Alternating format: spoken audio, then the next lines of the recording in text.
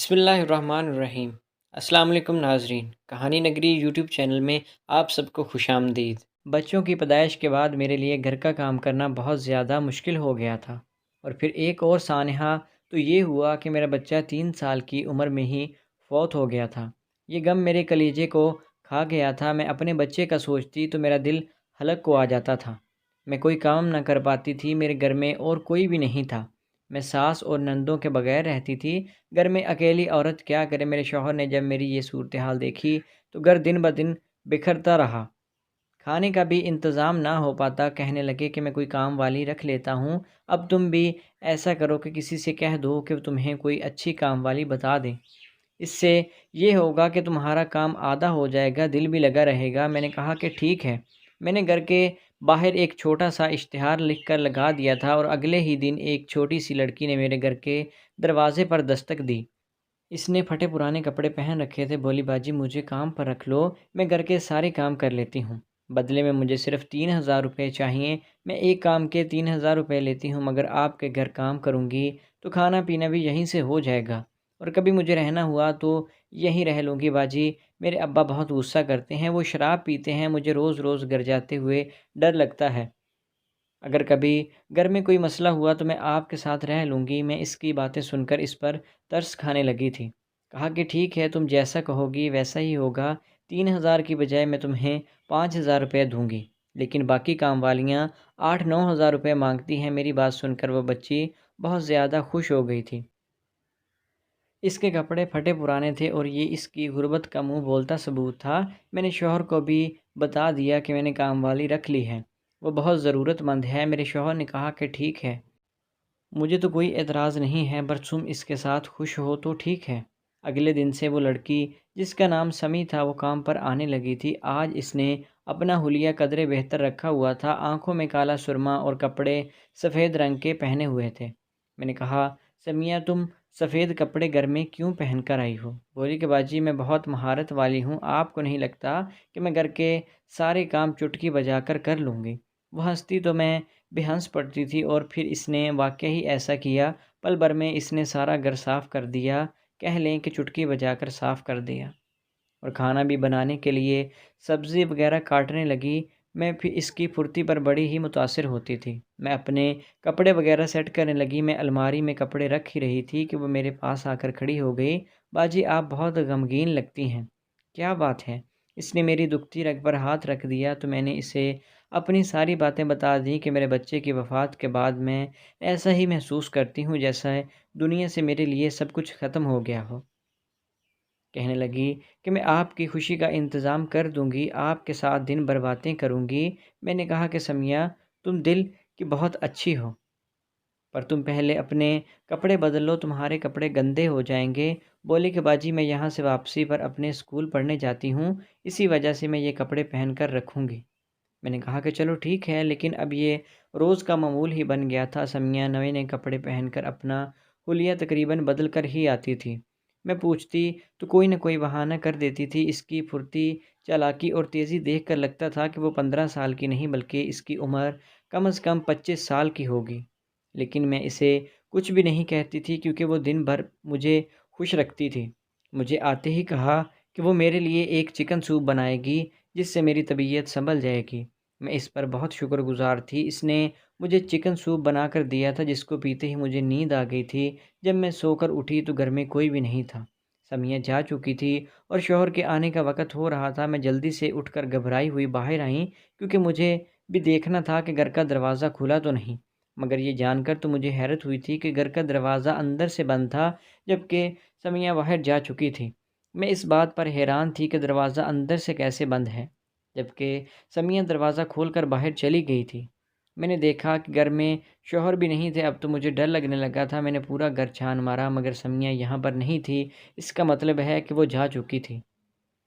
بس یہی سوچ کر میں واش روم کی طرف بڑھنے لگی کہ پیچھے سے سمیہ نمودار ہو گئی۔ باجی آپ اٹھ گئیں، میں آپ کے اٹھنے کا انتظار ہی کر رہی تھی، آپ اٹھیں اور دروازہ بند کریں تو میں جاؤں، مجھے کافی دیر ہو گئی ہے۔ سمیہ کو اچانک اپنے سامنے دیکھ کر مجھے حیرت ہوئی تھی۔ سمیہ تم کہاں تھی؟ میں نے تم کو پورے گھر میں ڈھونڈا ہے، میں نے تمہیں کہیں نہیں دیکھا۔ میں حیرت سے آنکھیں ملتے ہوئے سے دیکھنے لگی کہ کہیں میں کوئی خواب تو نہیں دیکھ رہی۔ ارے باجی میں کوئی خواب میں آنے والی چیز نہیں ہوں، آپ کو غلط فہمی ہوئی ہے، میں تو یہیں پر تھی، آپ نے مجھے صحیح طریقے سے ڈھونڈا نہیں ہوگا۔ سمیہ باتوں کی بڑی چالاک تھی، ایک بات بھی مجھے آگے نہ ہونے دیتی، میں چپ ہو گئی تھی۔ ظاہر ہے میں اسے کیا کہہ سکتی تھی، میں نے ہی اسے ٹھیک طرح سے ڈھونڈا نہیں ہوگا۔ وہ کہنے لگی کہ آپ آ کر دروازہ بند کر لیں، میں باہر چلی جاتی ہوں۔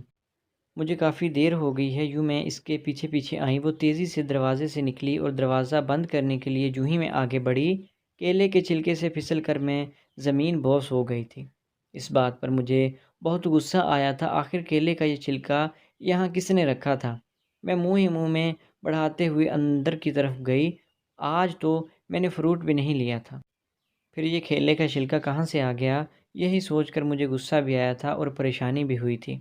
خیر میں اندر آ گئی، مگر اب میری کمر میں درد ہو رہا تھا، میرا نازک دور چل رہا تھا اور ایسے میں کمر کے بل فرش پر گر پڑی تو لگتا تھا جیسے چوٹ آ چکی ہے، پر میں نے اپنے شوہر کو اس بات کا احساس نہیں ہونے دیا۔ تھوڑی ہی دیر کے بعد کامران گھر آئے تو میں ان کی خدمت خاطر میں لگ گئی۔ ہم نے خوب باتیں کی، میں نے اس کام والے کا بھی ذکر کیا تو بولے مجھے کچھ عجیب سی لگتی ہے وہ، جو اس نے عمر بتائی ہے وہ 15 سال ہے، لگتی 25 سال کی ہے۔ اگر ایک عورت اپنی عمر کے بارے میں جھوٹ بول سکتی ہے تو وہ بھی اتنا بڑا جھوٹ، تو اس کا مطلب ہے وہ اور بھی کئی باتیں تم سے چھپاتی ہوگی، تو تم ذرا اس بات پر نظر رکھنا، ایسا نہ ہو کہ تم کو چونا لگا کر چلی جائے۔ میں شوہر کی بات پر ہنس پڑی، ارے بھائی ایسی کوئی بات نہیں ہے، میری بہت خدمت کرتی ہے، پورا دن میرے کام کرتی رہتی ہے، ایسا ہی ہوتا تو پہلے ہی دن ہی اپنی مہارت دکھا جاتی۔ میں نے تو اسے آزمانے کے لیے اس کے پاس پیسے بھی رکھے تھے اور اس نے پیسوں کو ہاتھ تک نہیں لگایا۔ اگلے دن میں صبح اٹھی تو میری کمر میں سخت درد تھا، عموماً ایسا ہی ہوتا ہے، رات کو ہونے والی درد کا اثر صبح معلوم ہوتا ہے۔ میں اٹھی تو میرا انگ انگ درد کر رہا تھا، ٹانگیں بھی دکھ رہی تھی، شاید کہ کمر میں چوٹ آ گئی تھی۔ مجھ سے تو اٹھ کر کامران کا ناشتہ بھی نہیں دیا جا رہا تھا۔ میں ابھی اسی کشمکش میں تھی کہ کیا کروں، دروازے پر دستک ہوئی، میں نے دیکھا تو میری کام والی آ گئی تھی۔ اسے دیکھ کر میری جان میں جان آئی تھی، ارے واہ سمیہ، تم تو اتنی جلدی آ گئی، مجھے تمہاری بہت ضرورت تھی، سچ پوچھو تو آج مجھ سے چلا بھی نہیں جا رہا۔ ہائے اللہ، کیا ہوا باجی، خیریت تو ہے؟ ہاتھ رکھ کے اندر آئیں، مجھ سے پوچھنے لگی۔ میں وہی بت بنی کھڑی تھی، آپ کو کہیں چھوٹ تو نہیں لگی؟ اس نے مجھے یہ سر سے پاؤں تک دیکھتے ہوئے کہا، ایسا ہی سمجھو، کل جب تمہیں چھوڑنے گئی تو کیلے کے چھلکے سے پھسل کر میں زمین پر گر پڑی تھی، تب سے میری کمر میں اتنا درد ہے کہ اٹھا بھی نہیں جا رہا۔ یہ کہتے کہتے میں صوفے پر بیٹھ گئی۔ باجی آپ فکر کیوں کرتی ہیں، میں آپ کے لیے ایسا تیل تیار کروں گی جس کی مالش کرتے ہی یہ درد چھو منتر ہو جائے گا۔ اس کی بات سن کر بڑا میں خوش ہوئی تھی، ہنسی بھی آئی تھی۔ ہاں بھائی تم تو ہو ہی جادوگرنی، تم کچھ بھی کر سکتی ہو، بس ایسا ہی ہے باجی، میں بھیا کو ناشتہ دے کر آؤں گی، پھر تیل گرم کر کے آپ کی مالش کر دیتی ہوں۔ یہ کہہ کر سمیہ کچن کی طرف گئی تھی، اس نے پل بھر میں یہ ناشتہ تیار کیا، مجھے اور کامران کے سامنے لا کر سمیہ نے ناشتہ رکھا، اور اس کے باوجود بھی کامران اس سے زیادہ متاثر نہ ہوتے تھے۔ انہوں نے کچھ نہ کہا اور ناشتہ کر کے آفس میں چلے گئے۔ کامران کے جانے کے بعد سمیہ نے میرے لیے تیل تیار کیا اور مالش کرنے کے لیے میرے کمرے میں آ گئی، بولی کہ میں آپ کی ایسی مالش کروں گی یہ درد دوبارہ کبھی نہیں ہوگا۔ اس نے یہی تیل میرے سر میں بھی ڈالا تھا اور خوب مالش کی، یہاں تک کہ مجھے نیند آ گئی۔ میں سونا تو نہیں چاہتی تھی مگر پھر بھی میری آنکھ لگ گئی، تو حسب معمول شام کا وقت ہو چکا تھا۔ مجھے لگا کہ آج تو سمیہ چلی گئی ہوگی، وہ بھی جلدی ہی آئی تھی۔ میں فوراً سے اٹھ کر باہر آئی، کمر کا درد ہلکا ہو چکا تھا پر پھر بھی چلنے میں دقت ہو رہی تھی۔ میں نے آ کر کچن میں دیکھا، وہ کچن میں میرے لیے کچھ بنا رہی تھی، اسے دیکھ کر مجھے بہت اچھا لگا۔ واہ سمیہ تم تو بڑی ہی تیز نکلی، تمہارے مالش کرنے سے مجھے ایسی نیند آئی کہ اس کے بعد پتہ ہی نہیں چلا کہ میں کہاں ہوں۔ بس باجی میرے تو ہاتھوں میں جادو ہے، یہ کہہ کر اس نے سوپ ٹیبل پر رکھا اور بولی، آپ یہ پی لیں، اس سے آپ کو جلد آرام آ جائے گا۔ میں خدا کا شکر ادا کرنے لگی کہ نہ جانے وہ کون سی نیکی تھی جس کے بدلے میں مجھے سمیہ جیسی کام والی ملی تھی۔ میں نے سوپ پیا تو میری طبیعت اور اچھی ہو گئی۔ پھر اس نے مجھے ایک دوا لا کر دی، باجی میں درد کی دوا لا کر ابھی دیتی ہوں، آپ کھا کر سو جائیں، اس سے آپ کو جلد آرام آ جائے گا۔ اگر آپ اسی طرح کام کرتی رہیں جاگتی رہیں تو یہ درد کبھی نہیں جائے گا۔ سمیہ کی بات صحیح تھی، یہ درد کی گولی وہی تھی جو میں اکثر خود کھایا کرتی تھی۔ مجھے بڑی حیرت ہوئی کہ سمیہ کو میرے بارے میں اتنی معلومات کیسے ہے، اسے تو میرے گھر آئے تقریباً 1-2 ہفتے ہی ہوئے تھے۔ بہرحال میں نے گولی کھا لی۔ اب میں ہر لحاظ سے سمیہ کی محتاج ہو گئی تھی۔ اب جو کام بھی ہوتا میں اسی سے کہہ دیتی تھی کہ وہ مجھے گولیاں دے اور دوا بھی لا کر دیتی، مگر میرے شوہر اس سب معاملے کی وجہ سے بہت پریشان رہتے تھے۔ وہ بار بار آنکھیں پھاڑ پھاڑ کر اپنے کمرے کو دیکھتے اور کہتے، مجھے اپنا کمرہ کچھ مختلف اور کچھ عجیب سا لگتا ہے، کیا تم کو نہیں لگتا؟ نہیں، آپ کو کیا ہو گیا ہے کامران؟ ہمارا کمرہ پہلے جیسا ہی ہے، بلکہ پہلے سے زیادہ صاف ستھرا ہے، بس تم دیکھ کر رہنا۔ مجھے نہیں معلوم کہ تم دن بھر کیا کرتی رہتی ہو، لیکن میں تمہاری بہت فکر کرتا ہوں، تمہاری حفاظت کے لیے میں پریشان رہتا ہوں۔ میں اور کامران یہ باتیں کر ہی رہے تھے کہ میرے کمرے کے دروازے پر دستک ہوئی۔ کامران نے جا کر دروازہ کھولا اور دروازے میں سامنے ایک عورت کھڑی ہوئی تھی۔ اس کی عمر تقریباً 50 یا پھر 55 سال کے قریب ہوگی۔ وہ خاصی بوڑھی دکھائی دیتی تھی۔ کامران نے اس سے پوچھا، آپ کون ہیں؟ کہنے لگی، میں آپ کی نئی پڑوسن ہوں، آپ کو کچھ بتانے آئی ہوں جو کہ بہت ضروری ہے۔ اس کے منہ سے ایسی باتیں سن کر کامران بھی ڈر گئے تھے۔ بولے کہ آپ اندر آ جائیں، کھڑے کھڑے بات نہیں ہو پائے گی۔ تب تک میں بھی اپنی ڈرائنگ روم تک آ گئی تھی۔ میری طبیعت اب سنبھل چکی تھی۔ میں نے ان کو چائے پلانے کا کہا، انہوں نے منع کر دیا۔ بولی کہ میں تم لوگوں کی پڑوس میں رہتی ہوں، پر میں روز ایک تماشا دیکھتی ہوں اور چپ رہتی ہوں۔ سوچا کہ آج آ کر تم لوگوں کو اس بارے میں بتا دوں، ورنہ تم لوگوں کا نقصان بھی ہو سکتا ہے۔ ارے ماں جی، آپ کھل کر بتائیں کہ کیا بات ہے؟ کامران نے کہا، میں بھی پریشانی سے بوڑھی عورت جو کہ دکھنے میں لگتی تھی۔ دیکھو بیٹی، مجھے لگتا ہے کہ تم ذہنی طور پر صحیح نہیں ہو۔ کیا مطلب؟ میں نے غصے سے پوچھا۔ میرا بیٹا غصہ نہیں کرو، میں تم کو کئی بار نیند میں چلتے ہوئے دیکھا ہے۔ تم دروازہ کھول کر باہر گلی میں نکل جاتی ہو، جب تم کو نیند آتی ہے تم نیند میں چلنے لگتی ہو، تب تمہیں سمجھ نہیں آتا کہ تم کیا کر رہی ہو۔ ایک بار تو میں نے تمہیں چھت پر بھی دیکھا تھا، پھر میں نے تمہاری کام والی کو بھی آواز دی، وہ بیچاری بہت جلدی سے بھاگتی ہوئی اوپر گئی۔ اس سے پہلے کہ تم چھت پر سے کود جاتی، اس نے تم کو پیچھے سے پکڑ لیا۔ وہ تمہیں اندر کمرے میں لے آئی تھی، مگر وہ تو تم کو شاید اسی لیے نہیں بتاتی کہ تم پریشان نہ ہو جاؤ۔ وہ دل کی بہت اچھی لڑکی ہے، اسی نے مجھے آ کر کہا تھا کہ میں تم کو سمجھا دوں۔ وہ منع بھی کر رہی تھی کہ میں اس کا نام نہ لوں، مگر بیٹی میں نے سوچا کہ میں تم کو ساری حقیقت بتا دوں تاکہ تم کو اس عادت کی وجہ سے کوئی نقصان نہ ہو جائے۔ بوڑھی عورت یہ کہہ کر تو خاموش ہو گئی، پر مجھے اور کامران کو بے چین کر گئی۔ لیکن اگر میں گھر سے باہر جاتی تو دروازہ تو کھلا ہوتا۔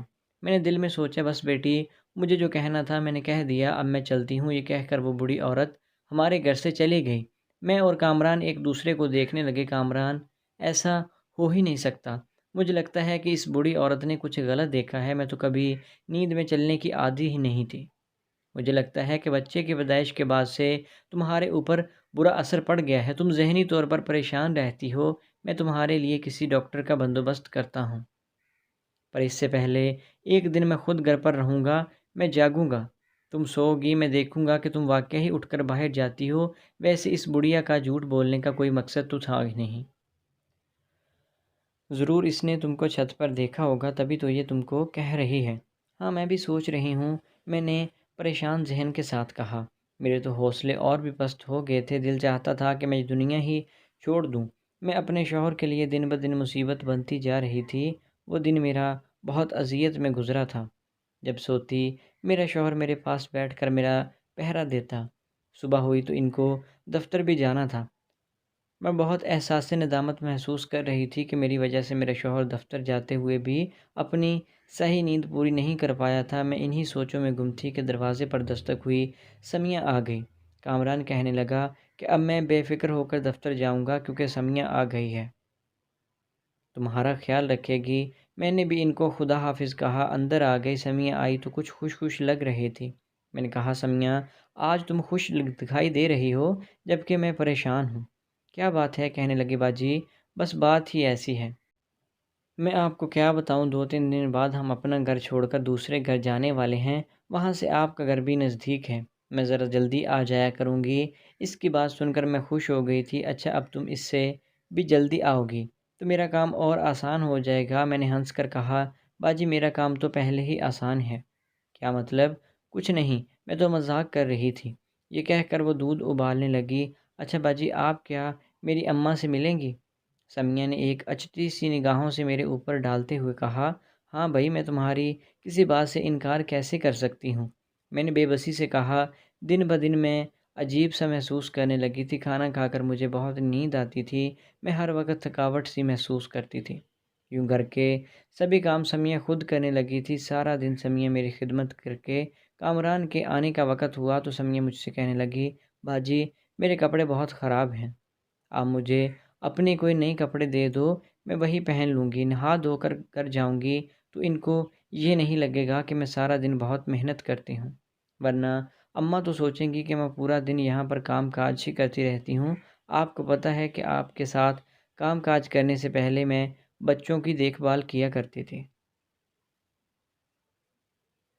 وہاں میں پورا دن اچھے کپڑے پہنتی، صاف ستھری رہتی تھی۔ سمیہ کی بات سن کر میں نے اسے اپنے کچھ کپڑے اٹھا کر دے دیے تھے۔ تھوڑی دیر بعد وہ غسل خانے میں چلی گئی۔ نہا دھو کر باہر آئی تو اس کی جلد چمک رہی تھی۔ یہ دیکھ کر مجھے اس سے ڈر لگنے لگا تھا۔ وہ تو بلا کی خوبصورت تھی۔ اس نے اپنے بال شیمپو سے دھوئے تو نکھری نکھری سی لگنے لگی تھی۔ تولیے سے بال صاف کرنے کی لگی، ابھی بال خشک کر ہی رہی تھی کہ دروازے پر گھنٹی بجی۔ میری تو کمر میں درد تھا، اٹھ بھی نہیں سکتی تھی۔ وہ دوڑتی ہوئی گئی، اس نے جا کر دروازہ کھولا تو سامنے کامران کھڑے ہوئے تھے۔ کامران ہمیشہ گھر کے اندر داخل ہوتے ہی مجھے سلام کیا کرتے تھے، پر آج ان کی آواز نہیں آئی تھی۔ لگتا کہ جیسے سمیہ کے حسن کو دیکھ کر وہ اسی میں گم ہو گئے ہوں گے۔ مجھے بڑا عجیب لگا تھا۔ میں کمر کے درد کے باوجود اٹھ کر باہر آئی تو دیکھا کامران مسکرا رہے تھے، جبکہ سمیہ کمرے کے اندر آ رہی تھی۔ یہ منظر مجھ سے برداشت نہیں ہوا تھا۔ میں نے سمیہ کو اندر جانے کے لیے کہا۔ کامران مجھے دیکھ کر چہک اٹھے تھے۔ ارے بیگم، تم کہاں تھیں؟ میں تو تمہاری یاد میں آفس میں بھی پریشان ہی رہا تھا۔ مجھے لگا کہ تم نہ جانے کیا کر رہی ہوگی۔ مجھے تو آپ کی فکر ہی رہتی ہے، میں نے لہجے میں کہا۔ اس میں فکر والی کیا بات ہے میری جان؟ میں 2 دن میں تمہاری ساری پریشانی دور کر دوں گا۔ میں نے اپنے ایک دوست سے بھی تمہارے بارے میں پوچھا ہے۔ اس نے کہا کہ ایسے مریض اکثر ہی پریشان کن باتیں کرتے ہیں، لیکن اگر تم میں ایسی کوئی بات ہوتی تو تم مجھے پہلے بتاتی۔ اب میں سمجھتا ہوں کہ مجھے تمہارے علاج کرنے کی ضرورت نہیں ہے۔ کچھ دن تمہیں باہر گھمانے پھرانے کے لیے لے جاؤں گا تو تم خود ہی سبھی پریشانیاں بھول جاؤ گی اور پہلے سے اچھا محسوس کرو گی۔ کامران کی باتیں سن کر مجھے محسوس ہوا کہ وہ مجھ سے آج بھی اتنی ہی محبت کرتے ہیں جتنی کہ 5 سال پہلے کیا کرتے تھے۔ میں نے ان کا شکریہ ادا کیا۔ بولے کہ بس تم کل تیار رہنا، ہم لوگ پارٹی میں چلیں گے۔ یہ بات سمیہ بھی سن رہی تھی۔ سمیہ جلدی جلدی کام ختم کر کے گھر سے نکلنے لگی، جبکہ میں حیران تھی۔ آج سے پہلے اس نے ایسی کوئی حرکت نہیں کی تھی۔ وہ جب بھی کام کے لیے آتی پورا وقت لگا کر جاتی اور اکثر کامران کو رات کا کھانا بھی وہیں دیتی تھی، اور خصوصاً جب سے میرے کمر کا درد کا مسئلہ ہوا تھا تو وہ اپنے گھر جاتی ہی کم تھی، پر آج وہ جلدی جلدی گھر سے جا رہی تھی۔ خیر، اس کے جانے کے بعد کامران نے مجھ سے کہا کہ تم سمیہ کو اپنے کپڑے نہ دیا کرو۔ بیگم، تم تو جانتی ہو نا مردوں کی طبیعت کا، کل کو کچھ اونچ نیچ ہو گئی تو مجھ سے گلہ مت کرنا۔ کامران کے منہ سے یہ باتیں سن کر مجھے بہت برا لگا تھا۔ کیا مطلب کامران؟ اب آپ ایک کام والی کو اس نظر سے دیکھیں گے؟ نہیں، وہ بات نہیں ہے، لیکن میں نے محسوس کیا ہے میں جب بھی آتا ہوں سمیہ نہا دھو کر دروازہ کھولتی ہے، وہ تیار ہوتی ہے۔ کیا تم کو محسوس نہیں ہوتا؟ نہیں تو، میں نے حیرت سے کہا۔ دیکھو، یہ میری ایمانداری اور شرافت ہے کہ میں تمہیں یہ باتیں بتا رہا ہوں، ورنہ یہ سمیہ نام کی لڑکی بالکل بھی قابل اعتبار نہیں ہے۔ یہ مجھے کئی بار ایسے اشارے دے چکی ہے جس سے لگتا ہے کہ یہ مجھ میں دلچسپی لیتی ہے اور میرے ساتھ تعلق قائم کرنا چاہتی ہے۔ میں یہ سن کر حیران رہ گئی تھی۔ سمیہ جیسی چھوٹی بچی سمجھ کر میں اندھا دھند بھروسہ کرتی تھی۔ اس نے مجھے پیٹھ پیچھے ڈسنے کی کوشش کی۔ اگلے دن ہمیں پارٹی پر جانا تھا۔ بڑے دنوں بعد میں تیار ہوئی تھی۔ میں نہا دھو کر کپڑے پہننے آج خلاف معمول میں بہت رش لگ رہی تھی۔ حالانکہ سمیہ مساج کرتی تو میں بہت ریلیکس ہوتی تھی، لیکن اس کے بعد میں تھکی تھکی سی رہتی تھی۔ آج اتنے دنوں بعد سمیہ نہیں آئی تھی، مجھے اس کے بغیر گھر عجیب سا لگ رہا تھا۔ وہ ہر چیز کو ترتیب سے رکھتی، مگر اس کی حقیقت چند منٹوں میں کھلنے والی تھی۔ کپڑے پہننے کے بعد جب میں نے زیور والا ڈرا کھولا تو یہ دیکھ کر میرے قدموں تلے سے زمین نکل گئی کیونکہ وہاں پر زیور نہیں تھا۔ میں نے چیختے ہوئے کامران کو بلایا۔ کامران آ کر دیکھنے لگے تو وہ بھی حیران ہو گئے۔ بولے کہ بس میں سمجھ گیا ہوں، ہمارے ساتھ بہت بڑا دھوکا ہو گیا ہے، اسی لیے مجھے اس پر شک تھا۔ کاش کہ میں تمہارے زیورات ہی دیکھ لیتا، اب تو وہ چلی گئی ہے، ہمیں تو اس کا نام بھی نہیں پتہ، ہم اسے کہاں ڈھونڈتے پھریں گے۔ میں اور کامران ایک دوسرے کو بے بسی سے دیکھنے لگے۔ میں سب سے یہی کہوں گی کہ اپنی چیزوں کی حفاظت خود کریں، گھر میں کام والی رکھیں، تو اس پر اندھا دھند اعتبار نہ کریں، کیونکہ اگر آپ ان پر اندھا اعتبار کریں گی تو ایک دن وہ آپ کو اندھا ثابت کر دیں گی۔ مجھے اور کامران کو 10 لاکھ روپے کے وہ زیور آج تک نہیں ملے، نہ ہی سمیہ نے ہمارے گھر کا رخ کیا، نہ ہی وہ بوڑھی عورت ہمیں ملی جس نے مجھے کہا تھا کہ مجھے نیند میں چلنے کی عادت ہے۔ دوستو، آپ کو آج کی کہانی کیسی لگی؟ امید ہے کہ ویڈیو اچھی لگی ہوگی۔ اگر ویڈیو پسند آئی تو ہمارے چینل کو سبسکرائب کریں۔ ملتے ہیں نیکسٹ ویڈیو میں، تب تک کے لیے